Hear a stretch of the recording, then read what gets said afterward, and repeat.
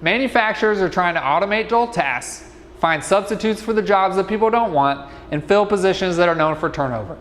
One of the most common material removal applications that our customers are trying to automate is weld grinding. A question we are commonly asked: should you automate welding or automate weld grinding first?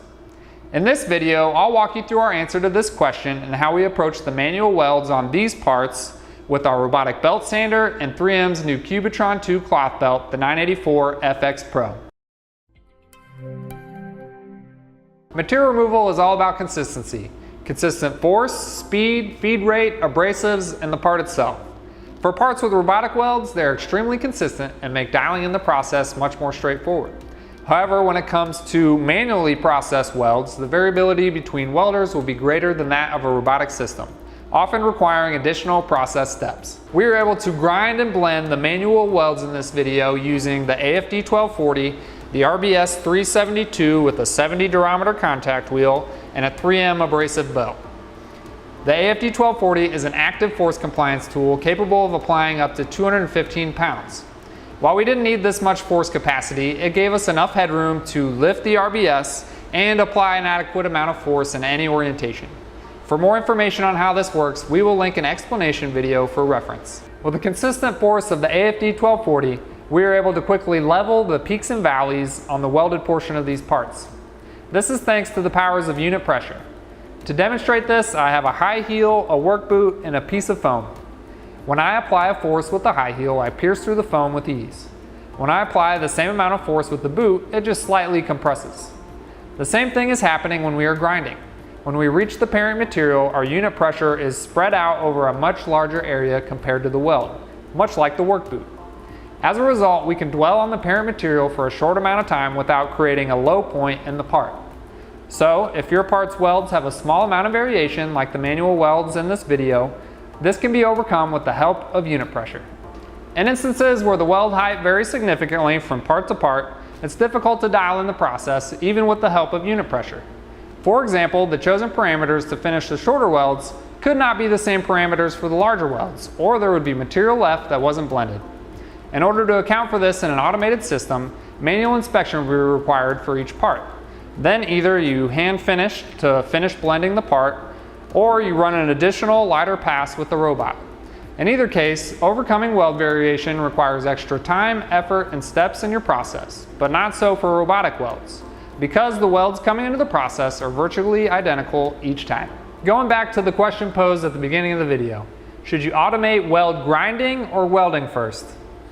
As a company who has built their business around consistency and repeatability, having automated welds in the manufacturing process allows for the material removal to be streamlined and efficient.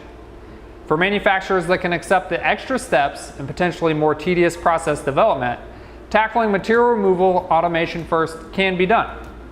More times than not, this decision will come down to which process is the biggest bottleneck and if automated would increase their throughput the most. We can't talk streamlining without mentioning the star of this video, the robotic belt sander. The PushCorp RBS 372 features a 72-inch long belt for arduous and continuous material removal projects. The three-point shape and design of the sander gives way to many applications with its choice of steel platen, contact wheel, or slack of belt. The part in our lab today utilized the serrated contact wheel for max material removal rate. Increasing pressure increases removal.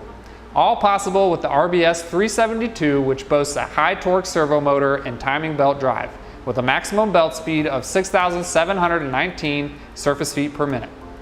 Weld grinding, gate grinding, and surface conditioning are all applications in which the RBS 372 would be well suited. For our customers of regular manual welds, the 3M Cubitron 2 cloth belt 984 FX Pro 36 grit was an ideal solution. The abrasive material is a precision-shaped ceramic which is great for high-pressure grinding, descaling, and weld grinding. It's long-lasting to help reduce changeouts and downtime, making it ideal for automated and robotic applications. The RBS 372 combined with the coated abrasive belt was the quickest and most efficient solution for this process. Let's put this all together and check out the application video. One pass on each seam leveled the welds to the parent material. As we changed orientation, the active compliance device automatically adjusted the air pressure to maintain a constant force. We ran lengthwise along each seam, allowing unit pressure to keep assisting us in leveling to the parent material.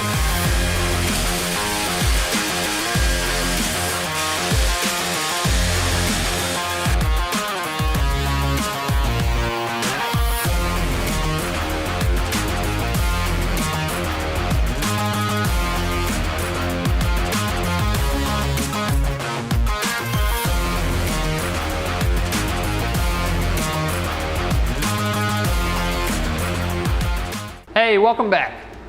We create these videos to help explain material removal applications.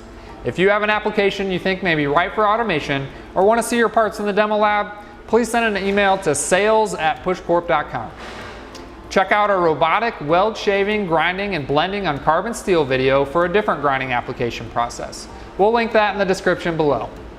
If you enjoy these videos, please make sure to like and subscribe. Thank you so much for watching. We'll see you next time.